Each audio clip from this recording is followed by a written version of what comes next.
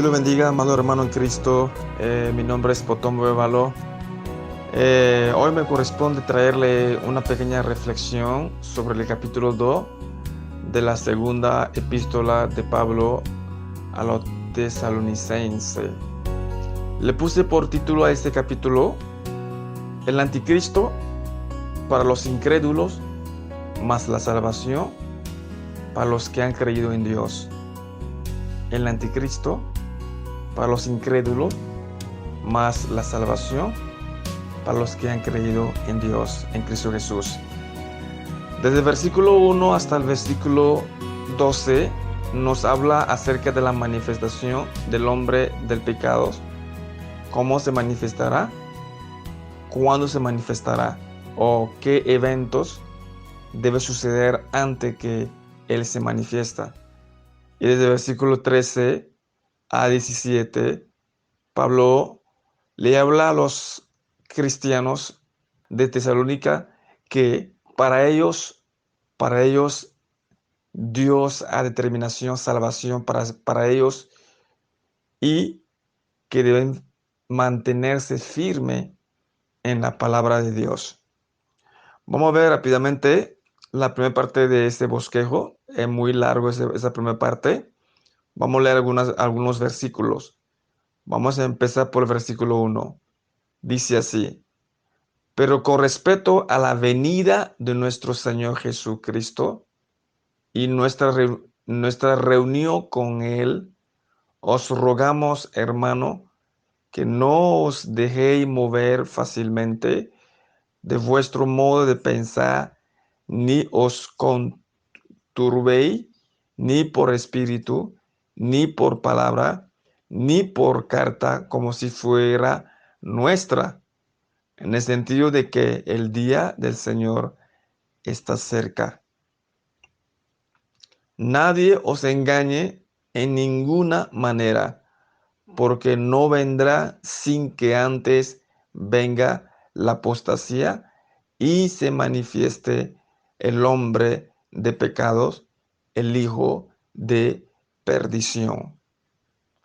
Ahí Pablo le está hablando a los creyentes de Tesalónica que no deberían estar ansioso, estar desesperado en cuanto a la venida de nuestro Señor Jesucristo, y tampoco que, que tengan mucho cuidado por cualquier información que puedan tener acerca de esto, pero que esa información no viene de él, no viene de Pablo.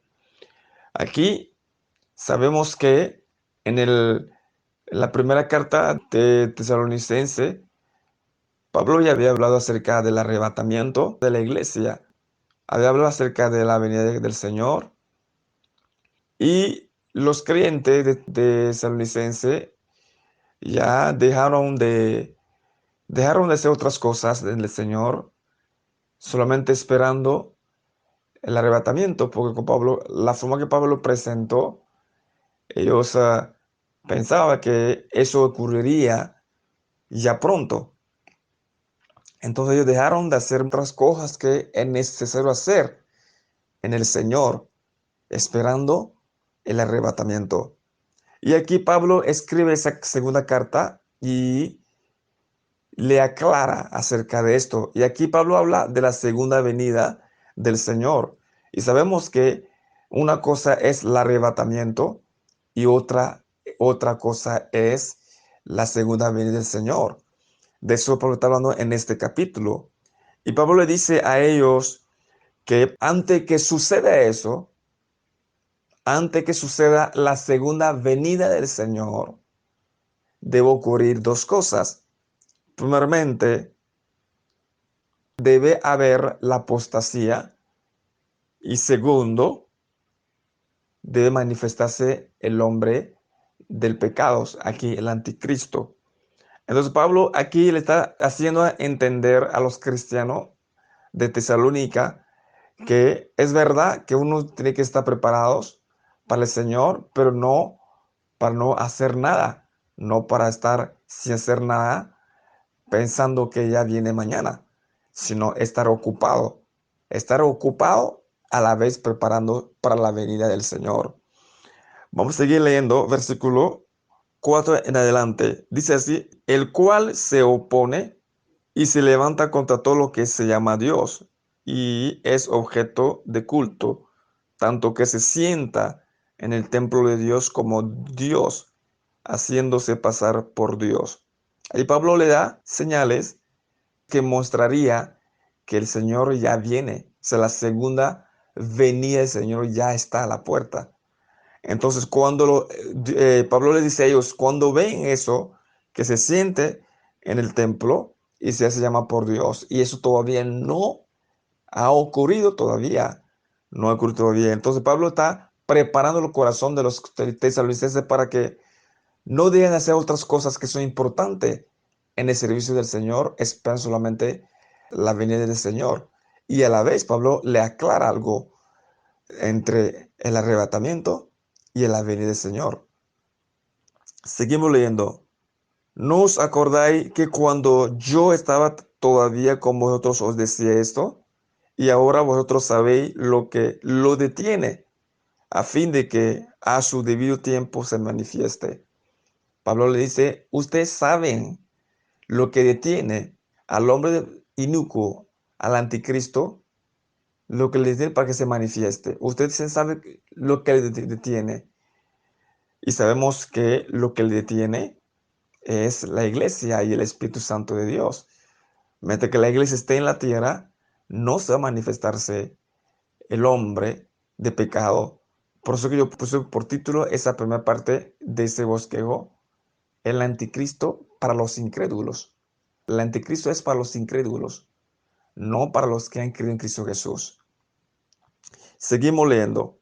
Versículo 7 en adelante. Dice así, porque ya está en acción el misterio de la iniquidad, solo que hay quien al presente lo detiene, hasta que él a su vez se ha quitado del medio.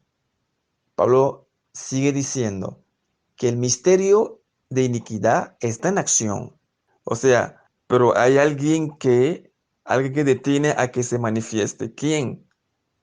La iglesia. Y dice que después que la iglesia sea quitada del medio, después que la iglesia sea quedado del medio, o sea, después que ocurra el arrebatamiento, entonces aquel inicuo, aquel espíritu, a quien el Señor matará con el espíritu de su boca y destruirá con el resplandor de su venida, se manifestará. Entonces el anticristo no es para la iglesia, el anticristo es para los incrédulos. Y no se va a manifestarse hasta que la iglesia no sea quitada del medio. Entonces vamos a ver la segunda parte de este bosqueo desde el versículo 13 a 17, que ahí Pablo le hace ver a los tesalonicenses que ellos alcanzaron la salvación por pura y gracias de Dios, por pura misericordia de Dios, y que ellos deben mantenerse firme en esta salvación, no dejarse engañar de esa salvación.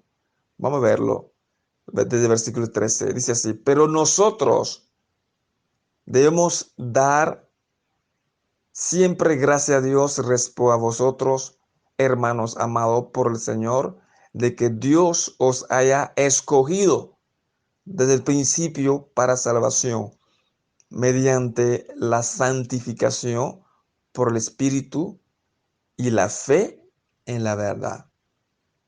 Ahí vemos el término escogidos, escogido. Eso no quiere decir que Dios escogió a algunos y a algunos no. La salvación para todos. Incluso Juan capítulo 3, versículo 16 dice que de tal manera Dios amó al mundo que le envió a su Hijo unigénito para que todo aquel que cree en él no se pierda, mas tenga vida eterna. Aquí cuando Pablo dice escogido, Pablo no está diciendo que ellos eran lo único que deberían ser salvos en Tesalónica. Sencillamente Pablo está enfatizando que ellos vean, o sea, que no se enorgullecen sobre los incrédulos, diciendo nosotros conocemos a Dios porque somos buenos. O sea, en ese sentido Pablo le habla a ellos que ellos están ahí por las gracias y misericordia, no porque ellos sean buenos, no porque ellos han hecho, por las gracias y la misericordia de Dios son hijos de Dios, son cristianos. Pero la oportunidad para todo, la oportunidad para alcanzar la salvación es para todo, según lo que nos dice Juan capítulo 3, versículo 16. Seguimos leyendo, 14.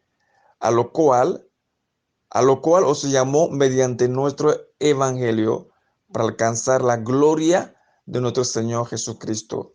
Así que, hermano, estad firme y retened la doctrina que habéis aprendido, sea por palabra o por carta escrito.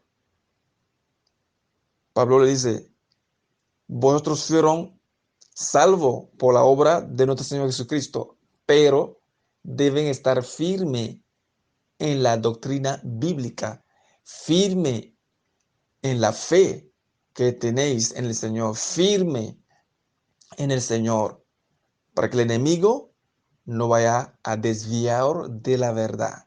Vamos a leer versículos 16 y 17, con eso terminamos. Dice así, y el mismo Jesús, Señor nuestro y Dios nuestro Padre, el cual nos amó y nos dio consolación eterna y buena esperanza por gracias, conforte vuestros corazones y os confirme en toda buena palabra y obra. Busquen ser firme en el Señor, pero entiendan que esa firmeza viene del Señor. Estad firme en el Señor, pero esa firmeza viene del Señor. Bueno, amados hermanos, vemos este capítulo 2 muy corto, pero muy hermoso. En la primera parte vemos que Pablo le exhorta a los cristianos de Tesalónica a que habían dejado de hacer otras cosas en el Señor. Le exhorta a que no se desespere o sea ansioso de la venida del Señor y le muestras algunos acontecimientos que deben ocurrir. La apostasía y la manifestación del hombre de pecados hasta hacerse llamarse Dios y sentarse en el trono, en el templo como Dios. Y ahí vemos que Pablo le hace ver a ellos que el anticristo no es para la iglesia, es para los incrédulos. Porque antes de que el anticristo se manifieste, ya la iglesia será quitado del medio. Y en la segunda parte de este capítulo, Pablo nos dice que nosotros fuimos salvos por gracia y misericordia de Dios. Nos toca a nosotros mantenernos firmes en esa salvación, pero debemos entender que esa firmeza viene del Señor. Dios lo bendiga. Voy a orar para terminar, para concluir esa exhortación. Padre, le doy gracias en esta mañana por tu amor, por tu misericordia, por esa palabra, Señor Dios. Te ruego que esa palabra llene nuestros corazones, Señor Dios, aleluya. Entender que el anticristo no es para la iglesia, pero nosotros como iglesia debemos mantenernos firmes en ti y saber que tú, que nos amas, confirmará en nosotros tu palabra hasta el arrebatamiento y hasta tu segunda venida. Te doy gracias, Señor Dios, en esta mañana por tu amor, por tu misericordia. Que esa palabra llene nuestros corazones, Señor Dios, y nos ayude a seguir adelante. En el nombre de Jesús oramos. Amén.